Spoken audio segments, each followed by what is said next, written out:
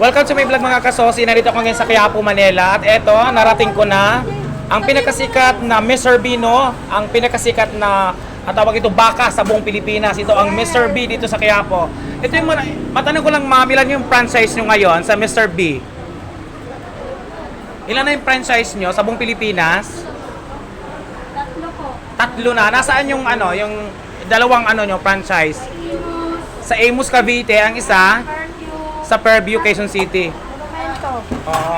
So nandito ako sa harapan ng mga dambuhalang kaldero na ito na sa tingin ko ay isang dramang laman ng sabaw na ito, pero balita ko isang oras lang o minuto lang ubos na ang isang kalderong sabaw na ito. So sobrang sarap at unlimited sabaw dito. Tingnan nyo. Sir, mga bossing, nakakailang ikaw sir, nakakailang dambuhalang kaldero kayo ng sabaw sa isang araw? Sa dami ba ng tao dito, di ba? Nakakailan? Nakaka-50 ba kayo ng kalderong ganitong sabaw sa isang araw? Dito sa Mr. B? Mahigit 50 ang kalderong dambuhalang sabaw ang nauubos nila dito sa Mr. B. Dahil sa sobrang sikat nga naman at sarap nito at pinakamaraming tumatangkilik, pinakamaraming customer, no? Ito yung Mr. Baka or Mr. B na pinagkakaguluhan. Hindi lang sa Quiapo, kung hindi sa ibang mga franchise pa nila all over the Philippines. Ayan. Yung kanin naman nila ito. Maganda yung kanin nila. Ano ito yung kanin ninyo? Laging ito, dito niluluto o tinatransfer dito luto na. Galing ko sa office. Oo. Katulad ng sabaw na ito, mayat maya may humihingi ng sabaw. Ito yung kanilang, yung kanilang mga bulalo, ayan So iba-iba mga price dito, ayan hinahanga. Ang lambot naman ng beef. Matanong ko lang, nakakailang kilo kayo ng baka? Sa sikat ba naman ng Mr. B, nakakailang kilo kayo ng baka? Nakaka 1,000 ba kayo pataas? Nakakailang kilo kayo ng baka? Titimba po kasi yan. Ha? Titimba. Pag ano. Oo. So mga nakakailang kayo, 1,000 kilo pataas ba araw-araw?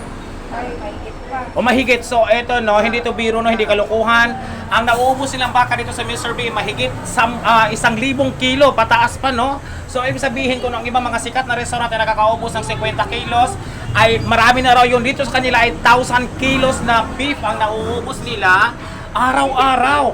Paano yun, ma'am, kung araw ng Biyernes, maraming tao, di lalong maraming, maabot pa natin 1,000 kilo na beef ang nauubos ninyo? Oh, yes po. O ayan, totoo pala talaga na pinakasikat ito.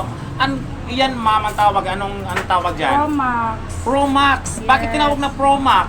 Dahil siya po ay yung pang ano yung DJ?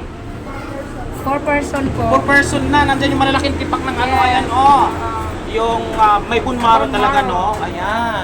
May tatlong malalaking laman ng bone marrow, tapos may mais. Ilang kilo yung baka na nandito sa Promax ninyo? 1 kilo ba? 1/2 o 1/4? 300 grams po. 300 grams. Yeah. Good for per person na yan. Magkano ang halaga?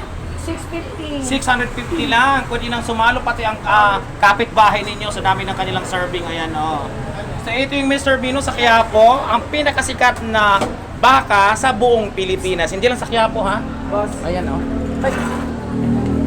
Ayan, yung kanilang sabaw.